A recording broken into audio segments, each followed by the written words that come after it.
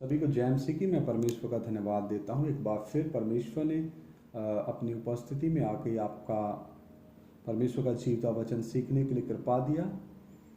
हम प्रभु की सेवा में पैसे की भूमिका के दूसरे भाग में हैं। आइए सर झुकाएं, प्रार्थना करें। महान जीवते परमेश्वर, मैं आपका धन्यवाद करता हूँ। थोड़ी देर तरह जीवता वचन सीखने जा रहे हैं। पवित्र आत्मा आप हमें सिखाएं, हमारी ज्ञान बुद्धि समझ को आप खोल दें। प्रभु यीशु मसीह के नाम से मांगते हैं, आमीन। आइए हम उत्पत्ति चौथा अध्याय 3 से 5 आयत के बीच में हम पढ़ेंगे। यहाँ पर हम पहली भेंट के बारे में देखते हैं जो हाबिल और कैन ने परमेश्वर को चढ़ाई। कुछ दिनों के पश्चात कैन यहोवा के पास भूमि की उपज में से कुछ भेंट ले आया। यहाँ पे लिखा है कुछ भेंट, यानी अपनी मेहनत मशक्क़त से खून पसीने की कमाई से जो हाबिल का भाई कैन है, हाबिल का बड़ा भाई कैन जो भूमि में खेती करता था, और उसने मेहनत से उपज पैदावार की और उस उपज में से कुछ भेंट लेके आया। और हाबिल भी अपनी भेड़ बकरियों के कई एक पलोठे बच्चे भेंट चढ़ाने ले आया और उनकी चर्बी भेंट चढ़ाई। तब यहोवा ने हाबिल और उसकी भेंट को तो ग्रहण किया, परंतु कैन और उसकी भेंट को उसने ग्रहण ना किया। तब कैन अति क्रोधित हुआ और उसके मुंह पर उदासी छा गई। तो यहाँ पर हम देखते हैं भेंट शब्द आया। अभी हम उत्पत्ति 12 का 1-2 में देखते हैं। यहाँ पर परमेश्वर को चढ़ाई गई पहली भेंट जो कैन और हाबिल ने चढ़ाई, और जिसमें हाबिल की भेंट को परमेश्वर ने ग्रहण किया। यहाँ पे भेंट शब्द हम देखते हैं, ये ना कि पैसा। उत्पत्ति 12 का 1-2। यहोवा ने अब्राहम से कहा, अपने देश और अपने कुटुंबियों और अपने पिता के घर को छोड़कर उस देश में चला जा जो मैं तुझे दिखाऊंगा, और मैं तुझसे एक बड़ी जाति बनाऊंगा और तुझे आशीष दूंगा और तेरा नाम महान करूंगा और तू आशीष का मूल होगा। यहाँ पर अब्राहम को वायदा दे करके परमेश्वर ने बुलाया और उसको आशीष देने की बात की, यानी कि तू आशीष का मूल होगा, यानी पूरी पृथ्वी के लोग तुझसे आशीष पाएंगे। यहाँ पे हम ब्लेसिंग्स के बारे में देख सकते हैं, आशीष के बारे में। यहाँ भी कोई धन जमीन जायदाद के बारे में नहीं है।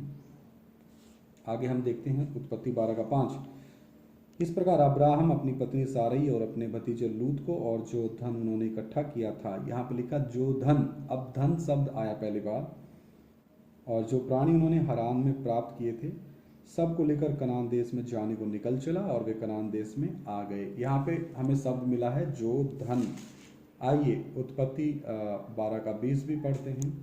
और फिरौन ने अपने आदमियों को उसके विषय में आज्ञा दी और उन्होंने उसको और उसकी पत्नी को, यानी अब्राहम और उसकी पत्नी को सब संपत्ति सहित जो उसकी थी विदा किया। यहाँ पर लिखा सब संपत्ति सहित जो उसकी थी, यानी अब्राहम और सारे की थी। आइए उत्पत्ति 13 का 1 और 2 वचन पढ़ते हैं। तब अब्राहम अपनी पत्नी और अपनी सारी संपत्ति लेकर, यहाँ भी शब्द आया सारी संपत्ति लेकर, लूत को भी संग लिए हुए मिस्र देश को छोड़कर कनान के दक्षिण देश में आया। अब्राहम भेड़ बकरी गाय बैल और सोने रुपए का बड़ा धनी था। यहाँ पर संपत्ति के बाद जो शब्द आया सोने और रुपए का। आगे हम देखते हैं 5 और 6 वचन भी इसका देखते हैं। उत्पत्ति 13 का 5 और 6। लूत के पास भी जो अब्राहम के साथ चलता था भेड़ बकरी गाय बैल और तंबू थे, इसलिए उस देश में उन दोनों के लिए पर्याप्त स्थान ना था कि वे इकट्ठे रहें, क्योंकि उनके पास बहुत धन था। क्या था? बहुत धन था, इसलिए वे इकट्ठे ना रह सके।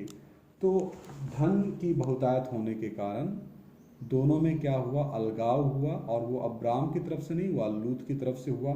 तो यहाँ पर हमारा वो विषय नहीं है, यहाँ पर हमारा प्रभु की सेवा में पैसे की भूमिका वाला विषय है। और अभी यहाँ पर लिखा उनके पास बहुत धन था। किनके पास? अब्राहम और लूत के पास। आगे हम देखते हैं उत्पत्ति 14 का 20 से लेकर 23। उत्पत्ति 14 का 20 से लेकर 23। और धन्य है परम प्रधान ईश्वर जिसने तेरे द्रोहियों को तेरे वश में कर दिया। तब अब्राहम ने उसको सब वस्तुओं का दशवांश दिया। यहाँ पर लिखा है अब्राहम ने शालेम का जो राजा मलिकिसिदक था उसको सब वस्तुओं का दशवांश दिया। तो दशवांश शब्द यहाँ पर आया है। आगे हम पढ़ते, तब सदोम के राजा ने अब्राहम से कहा, प्राणियों को तो मुझे दे, यानी कि सदोम के राजा ने अब्राहम से कहा, प्राणियों को तो मुझे दे और धन को अपने पास रख। अब्राहम ने सदोम के राजा से कहा, परम प्रधान ईश्वर यहोवा जो आकाश और पृथ्वी का अधिकारी है उसकी मैं यह शपथ खाता हूँ कि जो कुछ तेरा है उसमें से ना तो मैं एक सूत और ना जूती का बंधन ना कोई और वस्तु लूँगा, कि तू ऐसा ना कहने पाए कि अब्राहम मेरे ही कारण धनी हुआ। तो यहाँ फिर हम धनी शब्द देखते हैं। तो हम बिल्कुल मूल से इस विषय को सीखना शुरू किया। पवित्र आत्मा हम सबको और गहराई से सिखाए, आपको भी सिखाए। आप प्रार्थना के साथ इस विषय को सीखें। उत्पत्ति 24 का 34-35 वचन हम देखते हैं। उत्पत्ति 24 का 34 और 35। तब उसने कहा, मैं तो अब्राहम का दास हूँ। यहोवा ने मेरे स्वामी को बड़ी आशीष दी है, इसलिए वह महान पुरुष हो गया है, और उसने उसको भेड़ बकरी गाय बैल सोना रूपा दास दासियाँ ऊँट और गधे भी दिए हैं। यहाँ पर एलियाजर जो इसहाक के लिए पत्नी ढूंढने के लिए अब्राहम के घराने में गया था, वहाँ पर एलियाजर कह रहा है किसको? लाबान को। तब उसने कहा, यानी एलियाजर ने कहा, मैं तो यानी एलियाजर तो अब्राहम का दास हूँ। यहोवा ने मेरे स्वामी को यानी अब्राहम को बड़ी आशीष दी है, जो उन्होंने उत्पत्ति 12 अध्याय में वायदा किया था परमेश्वर ने। अब यहाँ वायदा परमेश्वर ने पूरा किया, इसलिए वह महान पुरुष हो गया। कौन? अब्राहम।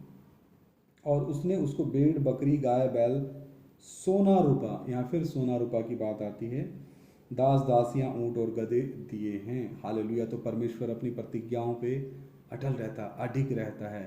अब्राहम को आशीष देने का वायदा किया, तो अब्राहम को यहाँ पे आशीष 24वें अध्याय में देखने को मिलती है। आगे हम देखते हैं इसका 53 वचन, उत्पत्ति 24 का 53।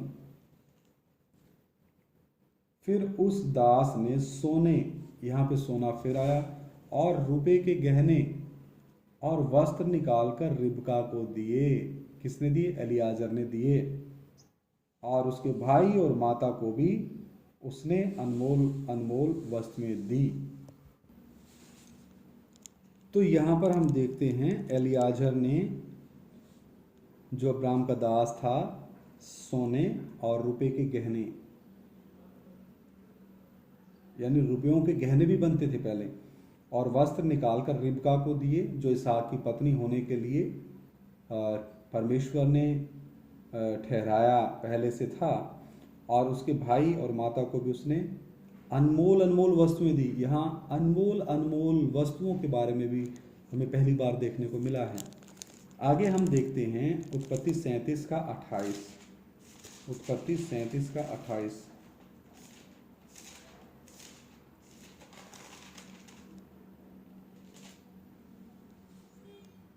तब मिदानी व्यापारी उधर से होकर उनके पास पहुंचे, अतः यूसुफ के भाइयों ने उसको उस गड्ढे में से खींच के बाहर निकाला और इस्माइलियों के हाथ चांदी के 20 टुकड़ों में बेच दिया, और वे यूसुफ को मिस्र ले गए। चांदी के 20 टुकड़ों में यूसुफ को बेच दिया उसी के भाइयों ने। तो यहाँ पर चांदी के भी टुकड़े पहले व्यापार में लेन देन में इस्तेमाल होते थे। 20 चांदी के टुकड़ों में यूसुफ को क्या किया? बिक्री कर दिया। उत्पत्ति 39 का 1 से लेकर 6। उत्पत्ति 39 का 1 से लेकर 6। जब यूसुफ मिस्र में पहुंचाया गया, तब पोतीपर नामक एक मिस्री ने, जो फिरौन का हाकिम और अंगरक्षकों का प्रधान था, उसको इस्माइलियों के हाथ से, जो उसे वहां ले गए थे, मोल लिया। यूसुफ अपने मिस्री स्वामी के घर में रहता था, और यहोवा उसके संग था। कौन? परमेश्वर उसके संग था। किसके संग था? यूसुफ के संग था। इसलिए वह भाग्यवान पुरुष हो गया। और यूसुफ के स्वामी ने देखा कि यहोवा उसके संग रहता है, और जो काम वह करता है उसको यहोवा उसके हाथ में सफल कर देता है। तब उसकी अनुग्रह की दृष्टि उस पर हुई, और वह उसकी सेवा टहल करने के लिए नियुक्त किया गया, और उसने उसको अपने घर का अधिकारी बना के अपना सब कुछ उसके हाथ में सौंप दिया। जब से उसने उसको अपने घर का और अपनी सारी संपत्ति का अधिकारी बनाया, सारी संपत्ति का अधिकारी बनाया, तब से यहोवा यूसुफ के कारण उस मिस्री के घर पर आशीष देने लगा, और क्या घर में क्या मैदान में उसका जो कुछ था सब पर यहोवा की आशीष होने लगी। इसलिए उसने अपना सब कुछ यूसुफ के हाथ में यहाँ तक छोड़ दिया कि अपने खाने की रोटी को छोड़ वह अपनी संपत्ति का हाल कुछ ना जानता था। यहाँ पर हम देखते हैं यहोवा परमेश्वर यूसुफ के साथ भी रहा, और यूसुफ जिस घर में रहता था, परमेश्वर ने वहाँ उस मिस्री की सारी संपत्ति के ऊपर यूसुफ को अधिकारी ठहराया, और उस मिस्री ने अपनी संपत्ति का हाल कुछ ना जाना, सबके ऊपर अधिकार किसको दिया? यूसुफ को दिया। आगे हम पढ़ते हैं, आगे हम देखते हैं पहला कुरिन्थिया 6:20, पहला कुरिन्थिया 6:20, पहला कुरिन्थिया 6 अध्याय और उसका 20 वचन हम पढ़ना चाहेंगे। पहला कुरिन्थिया 6:20, क्योंकि दाम देकर मोल लिए गए हो, इसलिए अपनी देह के द्वारा परमेश्वर की महिमा करो। तो हमारे लिए परमेश्वर ने क्या कीमत दी है? सर्वशक्तिमान परमेश्वर ने हमें हमारे पाप और श्रापों से छुड़ाने के लिए क्या कीमत दी है? वो कीमत दी है क्योंकि दाम देकर मोल लिए गए हो। ये दाम क्या है? प्रभु यीशु मसीह का परम पवित्र और निर्दोष लहू। इसलिए अपनी देह के द्वारा परमेश्वर की महिमा करो। हालेलुया। तो दाम देकर मोल लिए गए हो, तो हमारे लिए भी परमेश्वर ने दाम दिया है। तो उत्पत्ति की किताब से हमने सीखा, उत्पत्ति की किताब पैसे के बारे में, धन के बारे में, संपत्ति के बारे में हमने कितनी चीज़ों को देखा। धन शब्द को हमने देखा, सोने रुपए को देखा, चांदी को देखा, संपत्ति शब्द देखा, आशीष देखी। तो मेरे प्रियो, दशवांश के बारे में भी हमने सीखा। तो ये उत्पत्ति की किताब से पुराने नियम में प्रभु की सेवा में पैसे की भूमिका, ये इस विषय की शुरुआत है। आगे हम निर्गमन की किताब में आने वाले तीसरे भाग में प्रवेश करेंगे। उसमें परमेश्वर का वचन किस रीति से पैसे या धन दौलत या जायदाद या सोना चांदी रुपया गहने हीरे जवाहरात इन सभी के बारे में बताता है, और उनका किस रीति से इस्तेमाल करना है वो भी सिखाता है। और दशवांश क्या है वो भी हम आने वाले समय में हम पवित्र आत्मा के प्रकाशन से सीखेंगे। आइए सर झुकाएं, प्रार्थना करें। धन्यवाद करता हूं प्रभु, आपने हमें सिखाया। पवित्र आत्मा, जो भी भाई बहन बच्चे बुजुर्ग नौजवान इन विषयों को सुने, प्रभु आप उनसे बात करें और तेरी उपस्थिति एक एक के साथ हो। हम घटें, आप हमारे जीवनों में बढ़ते जाएं। प्रभु की सेवा में पैसे की भूमिका के बारे में अच्छे से एक एक को सीखने के लिए आप हमें कृपा दें। प्रभु यीशु मसीह के नाम से मांगते, सुनो और ग्रहण करो, आमीन। सभी को जय मसीह की। मारानाथा।